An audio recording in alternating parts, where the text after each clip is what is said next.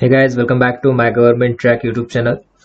तो आज के इस वीडियो में हम ओएनजीसी मैकेनिकल के जो स्टूडेंट्स से प्रिपरेशन कर रहे हैं तो उनके लिए जो भी यूजफुल क्वेश्चंस है that is previous year questions from various exams का सेशन नंबर 5 डिस्कस कर रहे हैं। ऑलरेडी हमने 4 सेशंस डिस्कस किए हुए हैं। अगर वो आपने देखे नहीं होंगे तो आप ज़रूर देखिएगा। उस सेशंस में हमने इम्पोर्टेंट क्वेश्चंस और उसके डिटेल्ड सॉल्यूशन या फिर हम कंसेप्ट्स बोल सकते हो, तो हमने कंसेप्ट्स क्लियर किए हैं। और जैसे कि आपको पता है कि अगर आप एक कंसेप्ट भी अच्छे से क्लियर कर लेते हो तो उसमें से जो भी जितने भी क्वेश्चंस बनेंगे उस कंसेप्ट के ऊपर, तो ये सभी क्वेश्चंस आपको आ सकते हैं। और अगर आप ओएनजीसी मैकेनिकल की प्रिपरेशन कर रहे हैं और प्रैक्टिस टेस्ट आपको अटेम्प्ट करना है तो आप माय गवर्नमेंट ट्रैक ये ऐप है जिसके लिंक डिस्क्रिप्शन में भी अवेलेबल है, या फिर आप डायरेक्टली प्ले स्टोर पे जाके ये ऐप इंस्टॉल कर सकते हो। तो माय गवर्नमेंट ट्रैक ऐप पे ONGC mechanical test series available है जहाँ पे टोटल 80 टेस्ट जिसमें 70 subject wise test, 5 non technical and 5 full length test available है। तो ये आप अटेम्प्ट कर सकते हो और हर एक टेस्ट के लिए टोटल अटेम्प्ट्स 3 रहेंगे आपको। और अगर किसी को सिर्फ फुल लेंथ टेस्ट की प्रैक्टिस करना है तो आप ये भी आप अटेम्प्ट कर सकते हो। तो चलिए स्टार्ट करते हैं हमारे क्वेश्चन से। तो first question is, if v is the absolute velocity of the water jet, u is the absolute bucket speed, then the theoretical condition for maximum hydraulic efficiency of a Pelton wheel is obtained at। ये turbo machinery का क्वेश्चन है। हमें क्या क्या दिया है? v दिया है which is the absolute velocity of water jet and u is the bucket speed. Okay, absolute speed of bucket. तो हमें क्या निकालना है कि मैक्सिमम इफिशियंसी की कंडीशन क्या होगी। Okay, theoretical condition for maximum hydraulic efficiency. तो इस क्वेश्चन का अगर आंसर आपको पता है तो आप कमेंट बॉक्स में कमेंट कर सकते हो। भले ही ये लाइव सेशन नहीं है बट वीडियो पॉज करके सभी को क्वेश्चन नंबर 1 का आंसर कमेंट करना है। जैसे आप लाइव सेशन में करते थे वैसे ही आपको यहाँ पे भी कमेंट करना है। और मुझे लगता है कि इफिशियंसी के ऊपर प्रॉपरली न्यूमेरिकल तो आएगा नहीं, मतलब यही आपको कंडीशन पूछ जाएगी कि what is the condition for maximum hydraulic efficiency. तो करेक्ट आंसर होगा इस क्वेश्चन का option B, that is u which is equal to v/2। That is ये हाफ होती है वेलोसिटी ऑफ वाटर जेट के। तो ये कंडीशन ध्यान में रखना क्योंकि न्यूमेरिकल बहुत बड़ा हो जाएगा बट इस यहाँ पे न्यूमेरिकल नहीं पूछेंगे। सिर्फ कंडीशन आपको एग्जाम में पूछी जा सकती है कि what is the condition for maximum hydraulic efficiency of Pelton wheel, then u that is bucket speed which is equal to v/2। कभी कभी ये भी पूछते हैं v is equal to 2u, तो कंफ्यूज मत होना क्या कौन सा स्पीड या फिर कौन सी वेलोसिटी पूछ रहे हैं, इस पे डिपेंड करता है। कभी कभी ये भी पूछते हैं कि what is the absolute velocity of the water jet in comparison to absolute bucket speed, तो उस टाइम पे it is twice of u। Okay, तो कंडीशन ये आपको अच्छे से ध्यान में रखना है कि क्या पूछा गया है, क्या बताना है। सो करेक्ट आंसर होगा इसका option B. Next question, question number 2, identify the incorrect statement from the following options. Incorrect पूछा है, कौन सा गलत है? Irreversibility is introduced into the desired isentropic compression in an air compressor by। अगर आसान भाषा में बताए तो इरिवर्सिबिलिटी ये कब आती है, मतलब क्या करने से हमें प्रोसेस में इरिवर्सिबिलिटी दिखती है, कौन से रीजन से। तो ऑप्शंस देखो, option A heat loss from compressor wall, option B rapid compression, या फिर option C mechanical losses in bearings, या फिर option D friction between air and cylinder wall. ठीक है, तो बट हमें क्या करना है, इनकरेक्ट जो भी स्टेटमेंट है ये बताना है। तो इनकरेक्ट बताना है मतलब क्या कि कौन से ऐसे रीजन से इरिवर्सिबिलिटी आ नहीं सकती प्रोसेस में। ओके, सो करेक्ट आंसर क्या होगा? अगर आपको आंसर पता है तो आप कमेंट बॉक्स में कमेंट कर सकते हो। इसका करेक्ट आंसर होगा option C, mechanical losses in bearings. क्योंकि ये जो हीट लॉस है ना, heat loss due to finite temperature difference या फिर heat loss from the compressor walls, इसके कारण इरिवर्सिबिलिटी आती है। ठीक है, it is the reason to have an irreversibility. Rapid compression process ये भी इरिवर्सिबिलिटी का रीजन है। फ्रिक्शन, ऑब्वियसली फ्रिक्शन आया मतलब क्या, ऑब्वियसली ये इरिवर्सिबल प्रोसेस हो जाएगी। तो ये तीनों कंडीशंस जो है ये इरिवर्सिबिलिटी की कंडीशंस है, but mechanical losses in bearings की वजह से इरिवर्सिबिलिटी नहीं होती। सो करेक्ट आंसर होगा इसका option C, mechanical losses in bearings. See there are some factors which make process irreversible. ठीक है, कुछ फैक्टर्स है, ये जो अभी मैंने क्वेश्चन में बताया वही फैक्टर्स है जिससे प्रोसेस जो है इरिवर्सिबल बनती है। तो कौन कौन से फैक्टर्स है? Friction present between air and the cylinder walls, right. Friction की वजह से इरिवर्सिबिलिटी हमें प्रोसेस में दिखाई देती है। तो इसमें friction between the air and cylinder walls था, बट हमें क्या बताना था? इनकरेक्ट स्टेटमेंट, तो ये तो करेक्ट हो गया। Next, heat transfer through the finite temperature difference, उसे हम बोलेंगे heat loss from the compressor walls, तो इससे भी इरिवर्सिबिलिटी आती है। Rapidity, that is rapid compression of the gas, इससे भी इरिवर्सिबिलिटी आती है। मिक्सिंग में तो आती है। And mechanical losses do not make the process irreversible, that is why option C will be the right answer. समझ में आया? अगर वीडियो समझ में, मतलब ये क्वेश्चंस अगर आपको समझ में आ रहे होंगे तो आप वीडियो को लाइक कर सकते हो। ठीक है, सभी जो भी देख रहे हैं तो ये लाइक जरूर कर देना। और अगर आपने अभी तक टेलीग्राम, मतलब ये यूट्यूब चैनल को सब्सक्राइब नहीं किया होगा तो सब्सक्राइब करके बेल आइकन प्रेस कर देना, ताकि इसी प्रकार की वीडियो की अपडेट्स और नोटिफिकेशंस आपको मिलती रहे। चलिए next question, question number 3, the governor in hydro power plant, ये क्या काम करता है? ये पूछा है कि गवर्नर का काम क्या होता है बेसिकली। ऑप्शंस देखो, option A, enables rapid closure of the nozzle of an impulse turbine to reduce RPM, सिर्फ क्लोजर करता है क्या? Rapid closure. Option B, regulate the flow rate of the water striking the runner to control the turbine RPM. Option C, it is manually operated, या फिर option D, it is used to reduce the head of water fed to the turbine. क्या काम होता है governor का? तो correct answer जो भी है आप कमेंट बॉक्स में कमेंट कर सकते हो। सो करेक्ट आंसर होगा इसका option B, it regulates the flow rate of water which is striking the runner to control the turbine RPM. ठीक है, RPM, revolutions per minute, RPM को, जो भी टर्बाइन के आरपीएम्स है तो उसको कंट्रोल करने के लिए, कंट्रोल मतलब क्या? सिर्फ मतलब ये आरपीएम जो है ये कांस्टेंट रेट पे रखने के लिए गवर्नर क्या करता है? फ्लो रेट को कंट्रोल करता है। ठीक है, कितना वाटर स्ट्राइक करना चाहिए, कब ज्यादा करना चाहिए, कब कम करना चाहिए, तो ये सभी चीजें गवर्नर कंट्रोल करता है, ताकि आरपीएम जो है टर्बाइन के ये कांस्टेंट रहे। ठीक है, जब ओवरलोड होता है, जब लोड कम होता है, तब कितना फ्लो रेट वाटर फ्लो करना है, कितना रिस्ट्रिक्ट करना है, तो ये सभी चीजें कंट्रोल कौन करता है? तो गवर्नर करता है। Okay, so the governor controls the inflows into the turbine based on the demand of the electrical load। ठीक है, जैसा लोड का डिमांड है उसी टाइप से ये कंट्रोल करता है। It senses the rotational speed of the turbine and changes the flow into the turbines such that RPM remains constant। Okay, क्या करता है कि सेंस करता है रोटेशनल स्पीड ऑफ टर्बाइन की and changes the flow rate या फिर flow into the turbine such that RPM जो है वो कांस्टेंट रहना चाहिए। And increase in RPM denotes an underloading. Obviously underload मतलब लोड कम हो जाता है तो क्या होता है? आरपीएम तो इंक्रीज हो जाएगा of the turbine and results in the governor restricting the flow to the turbine. और जब डिक्रीज होता है आरपीएम मतलब क्या? It denotes the overload and it results in the governor allowing higher flow to the turbine. मतलब basically इसका मतलब ये है कि गवर्नर क्या करता है? आरपीएम को कांस्टेंट रखने के लिए फ्लो रेट को कंट्रोल करता है। That's it. तो करेक्ट आंसर क्या होगा? Option B, that is it regulates the flow rate of water striking the runner to control the turbine RPM. और भी है, flow control by governor is achieved through the hydraulically driven oil pressure system which regulates the turbine valves. Okay, turbine के valves को regulate करता है। The role of governor in hydropower plant, it is the main controller of the hydraulic turbine. It controls the water flow through the turbine by controlling the water flow and the RPM remains constant. RPM is controlled. Okay? वही जो मैंने अभी बताया कि RPM को control करने के लिए फिर RPM को कांस्टेंट रहने के लिए फ्लो रेट ऑफ वाटर ये कंट्रोल करता है गवर्नर। That's it.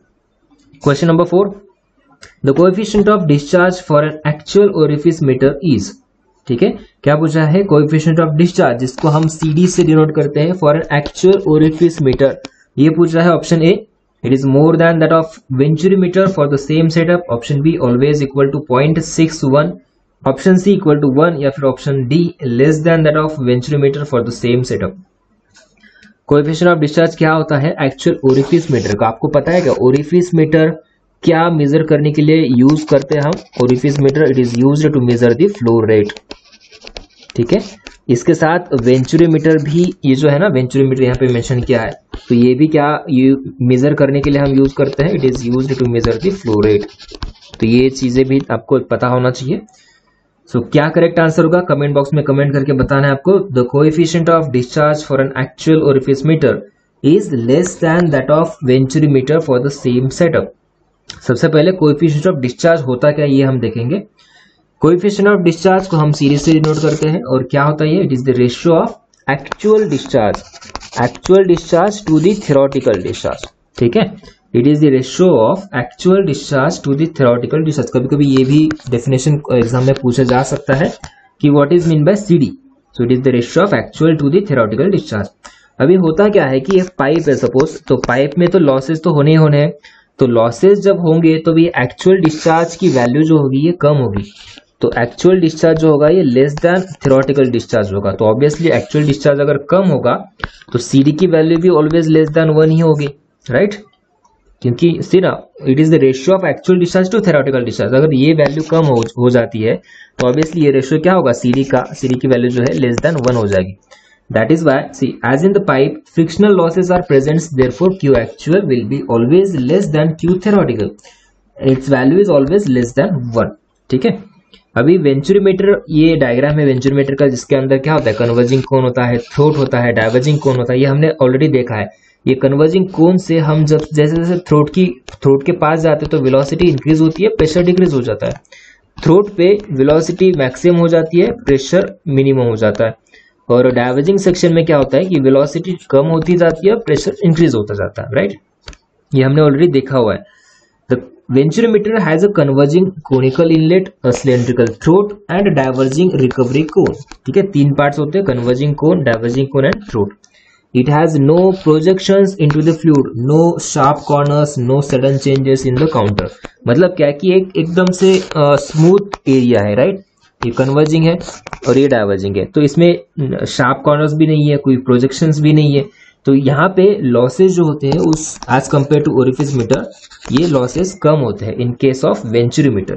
अभी अगर ओरिफिस मीटर की बात करें तो orifice meter is essentially a cylindrical tube. एक ट्यूब होता है that contains a plate with a thin hole in the middle of it. जहाँ पे प्लेट होती है, यहाँ पे होल होता है, right. The thin hole essentially forces the fluid to flow faster through the hole in order to maintain the flow rate. ठीक है, ऑब्वियसली ये होल रहता है तो ये फास्टर फ्लूइड मूव होता है। The point of maximum convergence, that is vena contracta, usually occurs slightly downstream from the actual physical orifice. तो ये यहाँ पे कहीं तो पॉइंट ऑफ कॉन्ट्रैक्टा ये जो ऑकर होता है वेना कॉन्ट्रैक्टा, और इसी वजह से orifice meter are less accurate than the ventrimeter. Beyond the vena contracta points, the fluid expands again and velocity decreases as the pressure increases. और उसी के रीजन से वेंचुरीमीटर में लॉसेस कम होते हैं as compare to orifice meter. See, the losses in the orifice meter are more as there is no convergent, no divergent cones, and therefore coefficient of discharge is also less as compared to orifice venturimeter. समझ में आया? Basic point तो ये है कि coefficient of discharge किसे बोलते हैं ये हमें पता चल गया।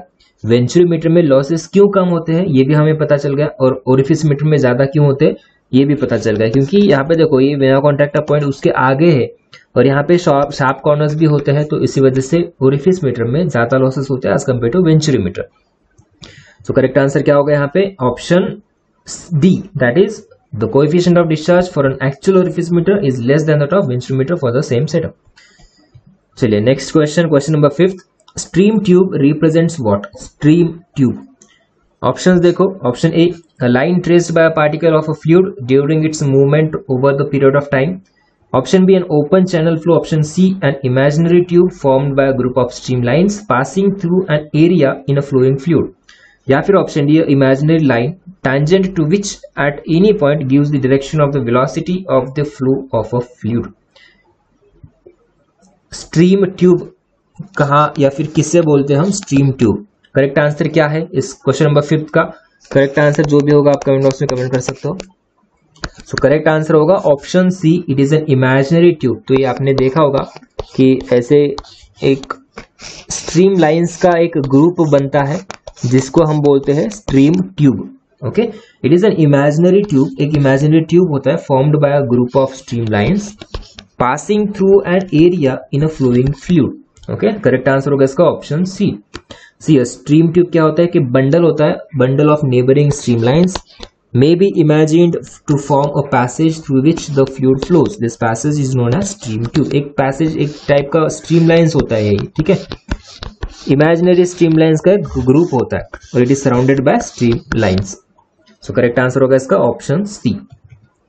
Next question, question number 6, in a hydro power plant the penstock, option A conveys water from dam to turbine, option B it is a frictionless pipe, option C is a component of the governor, option D serves as a short term water storage. Penstock, hydro power plant में ये penstock जो use करते हैं, यहाँ पे मैं आपको figure भी दिखा देता हूँ, ये है penstock.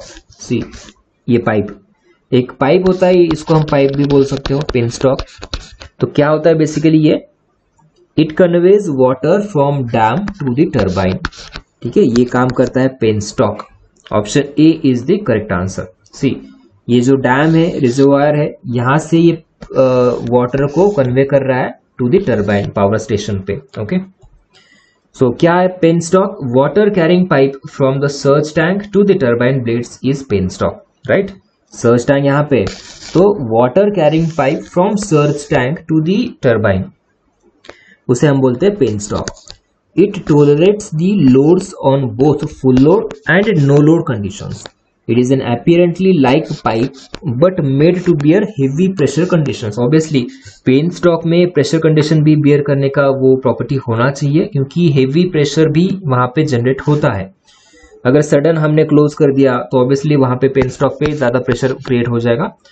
And penstocks are installed in such way that sufficient water depth always remains at the entrance of the penstock at the forebay or surge tank, so that air should not enter into the penstock and it reduces the efficiency of the turbine. Obviously एक certain depth पे penstock होना चाहिए।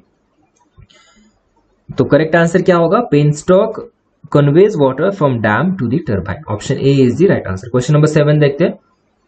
Select the incorrect statement about the purpose of draft tube in a hydraulic turbine. Purpose of draft tube, ठीक है, ये important है। Purpose क्या होता है ड्राफ्ट ट्यूब के, तो इनकरेक्ट स्टेटमेंट क्या होगा? ऑप्शन क्वेश्चन नंबर 7 के जो भी करेक्ट आंसर होगा आप कमेंट बॉक्स में कमेंट कर सकते हो। Option A, it is a divergent tube connected to the turbine exit. Divergent tube होता क्या है ये, right. It increases the velocity of discharge water to enable proper removal of air. Velocity तो draft tube में decrease होती है, velocity converted to pressure, velocity energy converted to pressure energy, तो ये वेलोसिटी डिक्रीज होता है, इंक्रीज नहीं होता। तो ये आपका करेक्ट आंसर हो गया। इनकरेक्ट पूछा ना, तो इनकरेक्ट ये सेकंड ऑप्शन जो है इनकरेक्ट है। It increases the pressure of water from its inlet to outlet. Obviously velocity decrease होता है, प्रेशर इंक्रीज होता है, तो ये स्टेटमेंट करेक्ट हो जाएगा। Option D, it is immersed in the tail race into which it discharges water that has done work in the turbine. Obviously tail race में ये डिस्चार्ज कर लेता है जो भी वाटर वर्क करने के बाद आता है बाहर, ठीक है। सो करेक्ट आंसर क्या होगा? ऑप्शन क्वेश्चन नंबर 7 का option B, that is incorrect statement. इस टाइप का एक कन्वर्जिंग सेक्शन होता है ड्राफ्ट ट्यूब जो कनेक्ट करता है टर्बाइन एग्जिट से और ये टेल रेस को कनेक्ट करता है, राइट। See, draft tube क्या होता है? It is a conduct that connects the runner exit to the tail race, right? See, runner exit to the tail race को connect कर रहा है draft tube. Where the water is being finally discharged from the turbine, it is used with the reaction turbines only. तो ये भी आपको ध्यान में रखना चाहिए कि कभी-कभी एग्जाम में पूछा जाता है ये भी क्वेश्चन। तो draft tube is always used with the reaction turbines only. अभी पर्पस क्या है ड्राफ्ट ट्यूब के? It permits a negative or suction head to be established at the runner exit, thus making it possible to install the turbine above the tail race level. ठीक है, तो ये एक purpose हो गया। सेकंड क्या है? It converts a large proportion of velocity energy rejected from the turbine runner into useful pressure energy. तो velocity energy को कन्वर्ट कर रहा है pressure energy में, तो velocity डिक्रीज होगा वहां पे। A draft tube is made divergent so as to reduce the velocity at the outlet. Obviously, velocity reduce करने के लिए ही वो divergent का shape दिया रहता है to minimum. Therefore, a draft tube is basically a diffuser and it should be designed properly with the angle between the walls of the tube to be limited about 8 degrees so as to prevent the separation flow separation from the wall. तो 8 degree ही आपको divergent का angle रखना चाहिए to avoid the flow separation of the wall and reduce the losses in the tube. Okay, तो इतना सारा हमने जानकारी लिया है ड्राफ्ट ट्यूब के बारे में, इतना सारा इन्फॉर्मेशन। सो क्या इनकरेक्ट स्टेटमेंट होगा कि it increases the velocity. Velocity तो डिक्रीज होता है, एक तो डाइवर्जेंट ट्यूब होता है, पहली बात तो ये वेलोसिटी डिक्रीज होता है ताकि प्रेशर एनर्जी में कन्वर्ट हो सके। It increases the pressure, correct, and it immersed in the tailpiece into which the discharge water that has done work in the turbine. So B will be the correct answer. Question number 8. A steel rod is subjected to a stress of 200 megapascal. Okay, क्या दिया है? Stress दिया है and has Young's modulus of 200 gigapascal. Calculate the strain. Simple question है, इस question का answer आपको सभी को कमेंट बॉक्स में करना है, option A, B, C and D। Question number 8 का क्या आंसर होगा ये आपको कमेंट बॉक्स में कमेंट करके बताना है। सी इलास्टिक मॉड्यूलस या फिर यंग्स मॉड्यूलस, इसको हम इससे डिनोट करते हैं, क्या होता है? It is the ratio of stress to strain. Okay, stress to strain. और क्या हमें निकालना है? हमें निकालना है स्ट्रेन। तो स्ट्रेन का क्या होगा? Strain which is equal to क्या होगा? इधर आके सिग्मा अपॉन ई हो जाएगा। सिग्मा दैट इज स्ट्रेस की वैल्यू कितना दिया है? 200 मेगापास्कल स्ट्रेस दिया है, upon modulus of elasticity, Young modulus कितना दिया है? 200 गीगापास्कल। तो 200 गीगापास्कल को हम ऐसे भी लिख सकते हैं 200 इंटू 10⁻³ मेगापास्कल, राइट। तो मैं ऐसे लिखता हूँ 200 इंटू 10⁻³। अब ये मेगापास्कल में हुआ, नीचे वाला भी मेगापास्कल में हुआ, तो 200 तो गया, तो 10⁻³ मेगापास्कल। सॉरी, स्ट्रेन का यूनिट होता ही नहीं है, it is a unitless 10⁻³ only. Option B is the correct answer, right. 10⁻³ आ जाएगी वैल्यू स्ट्रेन की। Question number 9, identify the incorrect statement from the following options. And air refrigeration cycle, RAC का क्वेश्चन है, एयर रेफ्रिजरेशन साइकिल के बारे में incorrect statement क्या होगा? Option A, operates on reversed Brayton cycle. Option B, employs air as the refrigerant. Option C, it is used for air conditioning in airplanes. Option D, heat rejection and heat removal from the cooled space are at constant volume process.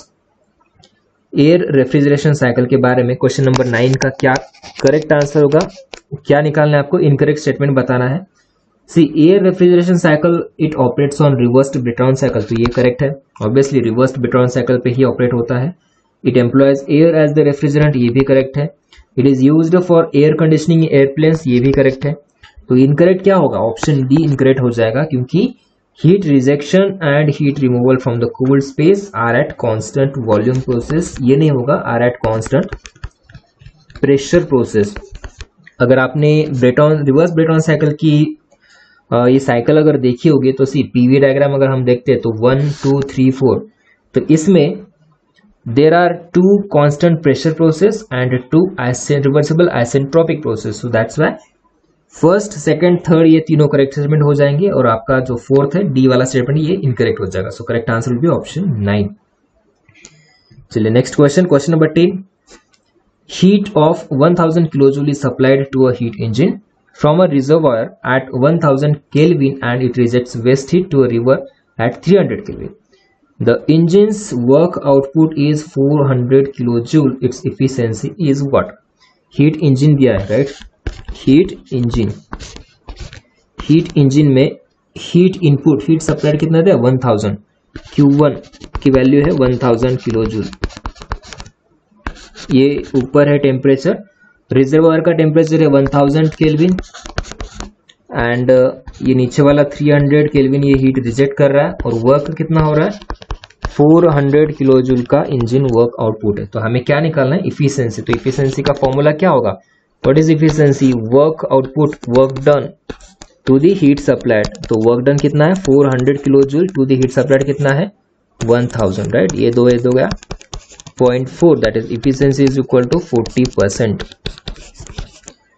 Option D will be the right answer. ठीक है, easy था ये question. Next question, question number 11, select the incorrect statement from the below about good quality of lubricating oil. तो ये homework का क्वेश्चन है, आपको इस क्वेश्चन का आंसर कमेंट बॉक्स में कमेंट करना है। क्वेश्चन नंबर 11 का क्या होगा? ऐसे कमेंट करो, इनकरेक्ट स्टेटमेंट पूछा है from the below about good quality of lubricating oil. Options देखो, they do not affect the mechanical efficiency of the engine. Option B, they reduce the frictional resistances in bearing. Option C, they should have low viscosity at low temperature for ease of starting. Option D, they assist in sealing of piston during operations. तो क्या correct answer होगा ये आपको comment box में comment करके बताना है।